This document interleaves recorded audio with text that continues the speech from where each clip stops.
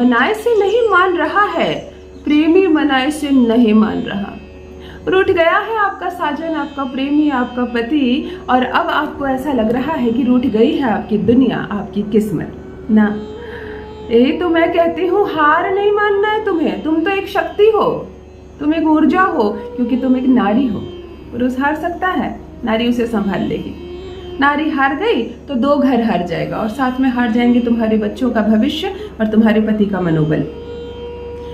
सारी परिस्थितियां तुम्हारी जब विपरीत हो जाए, पति तुमसे नाराज हो जाए, ससुराल वाले तुमको देखना ना चाहे, तुम बार बार मायके जाती हो तो मायके में भी भाई भाभी अब तुमसे मुंह फेरने लगे, बच्चे तुम्हें ताना मारने लगे, तुम्हारी वजह से पापा तुम्हें हम लोगों को छोड़कर चले गए हैं, फिर भी हार मत मानना, क्योंकि तुम ही हो जो इन सारी परिस्थितियों को एक दिन ठीक कर दोगी।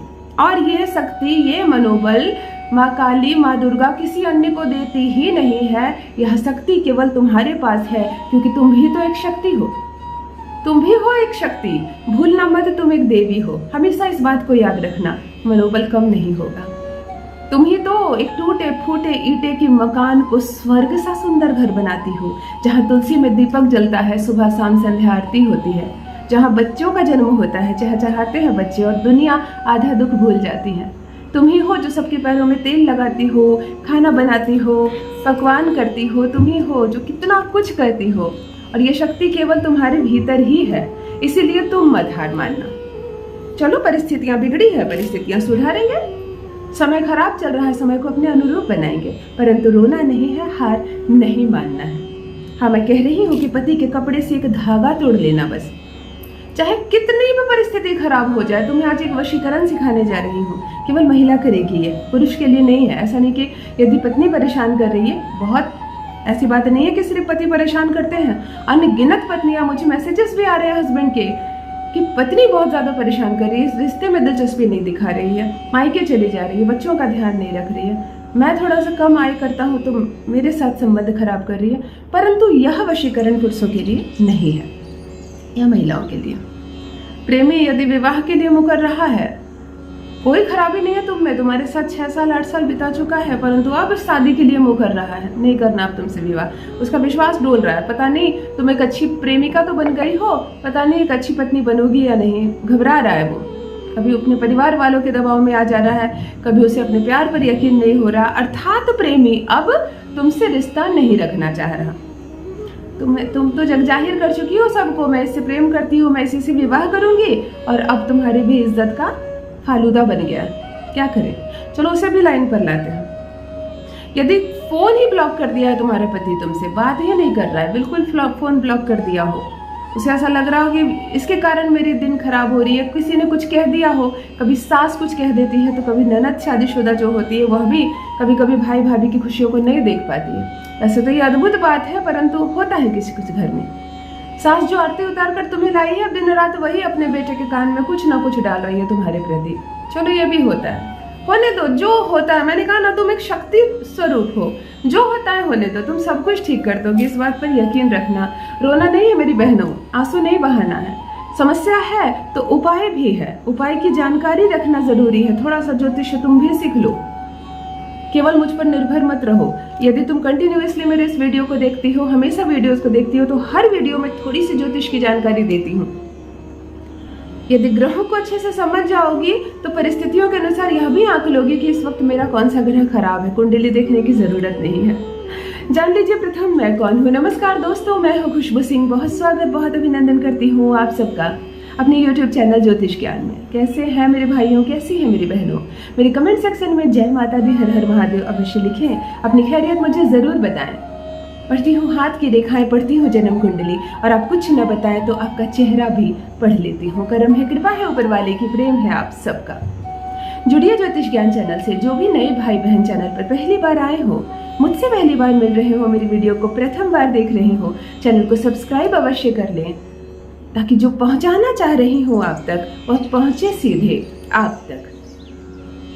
चलिए, रूठ गया है प्यार तो उसे मना कर लाते हैं। क्या करना है आपको, क्या लेना है आपको? कुछ नहीं लेना, केवल अपने प्रेमी पति या पार्टनर के कपड़े का एक धागा। परंतु ध्यान रहे, उसके किसी भी काले वस्त्र से यह धागा आप ना खींचें। काली काली जीन्स हो उनकी, काली फुल पैंट हो, काली कोई शर्ट हो, तो उससे यह धागा आपको नहीं खींचना। अन्य उसका इनर वियर हो, उसका बाहर का आउटफिट हो, कुछ भी कपड़े हो, उसके शर्ट हो, टी शर्ट हो, कुर्ता हो, कहीं से भी एक धागा खींच लो, मत चिंता करना उसका वो कपड़ा खराब हो जाएगा, चलो तुम गिफ्ट कर देना उसे फिर अच्छा सा कपड़ा, उसका एक धागा खींच लेना। धागा कम से कम 4 इंच से बड़ा हो, इतना छोटा मत खींच लेना, 4 इंच से बड़ा हो तभी वो कार्य करता है। 7-8 इंच का हो तो बहुत अच्छी बात है, ना हो तो 4 इंच से बड़ा हो, बित्ता से नाप लेना, एक बित्ते का धागा कम से कम खींच लेना।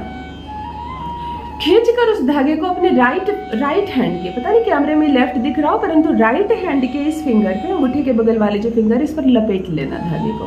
कहते हैं ना उंगली उठाना, तो जो उंगली उठती है ना हमारी, उसी पर उसको लपेट कर, गांठ मत देना, धागे को ऐसे घुसा देना, बंद कर देना, लपेट देना, इस पर आ जाएगा। अपनी बाईं हथेली पर अंक लिखना 7 लिखकर ये कर लेना। आज का दिन केवल और केवल शुक्रवार हुआ, कोई दिन मत करना। छोटा सा वशीकरण बताऊंगी, आसानी से कर लोगे, लेकिन क्या असाधारण परिणाम होगा, तुम स्वयं ही चौंक जाओगे। बैठ जाना आसन लगाकर पूरब या उत्तर की दिशा में किसी भी साफ सुथरे जगह पर। बेडरूम में भी झाड़ू पोछा करके वहां भी बैठ सकती हो, पूजा रूम में बैठने की कोई जरूरत नहीं। केवल कोई रोके टोके नहीं, कोई तुम्हें देखे नहीं, कोई शोर ना कर दे, कोई गाना ना बजा दे वहां पर, इस बात का ध्यान रखना। मनन करना है, किसी चीज की अनुभूति करनी है, शांति से बैठ जाना।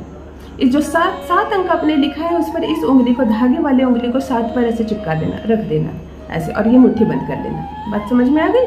7 अंक से पति के कपड़े के धागे को टच देना और ऐसे मुट्ठी बंद करके आंख बंद करना, और पहले उसे याद करना, खूब याद करना दिल से। जब वो दिखने लगे, ऐसा लगे बिल्कुल वो आपके साथ मुस्कुरा रहा है, चल रहा है, खाना खा रहा है, बिल्कुल उसकी छाया आपको दिखने लगे, तब 3 बार उसका नाम लेना, बोलकर, शब्दों में, जो भी नाम है उसका। अब जो मंत्र बता रही हूँ, 77 टाइम्स, 77 बार इस मंत्र को कंटिन्यूअसली जप करना।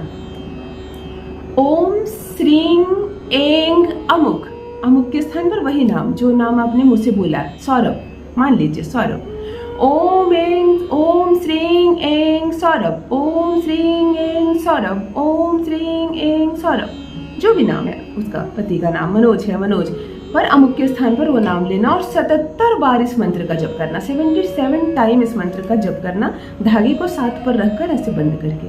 जब 77 बार तुमने जप कर लिया, अब आंखें खोल सकती हो। इस धागे को अभी मत खोलना ना, इस 7 लिखे को तुमको साबुन पानी से धोना है। अगले दिन तुम स्नान करोगी, ये मिट जाएगा, लाल कलम से लिख लेना। इसे रगड़ रगड़ कर धोना नहीं है, 24 घंटे रहेगा तुम्हारे हाथ में। इस धागे को जो तुमने बांधा है, अब तुम इसे खोल सकती हो और अपने शरीर के कपड़े में तुम्हें इसे बांध देना है, गांठ बांध देना है, कम से कम 24 घंटे के लिए। अपने शरीर के कपड़े के धागे को निकाल कर भी उससे गांठ बंद कर सकती हो, या ना वरना किसी भी आंचल में भी तुम बांध सकती हो, दुपट्टे में बांध सकती हो। अपने कपड़े में इस धागे को गांठ बांध देना, 2-3 गांठ, ताकि 24 घंटे ही लटका रहे तुम्हारे कपड़े से। केवल इतना करना। अगले दिन तुम स्नान करोगे, धागा कहाँ जाएगा तुम्हें सोचना नहीं है, 24 घंटे ये धागा तुमसे चिपका रहे। तुम जब सो भी तो यह धागा तुम्हारे कपड़े से चिपका रहे। केवल इतना करो और देखो क्या असाधारण अनुभूति करती हो तुम।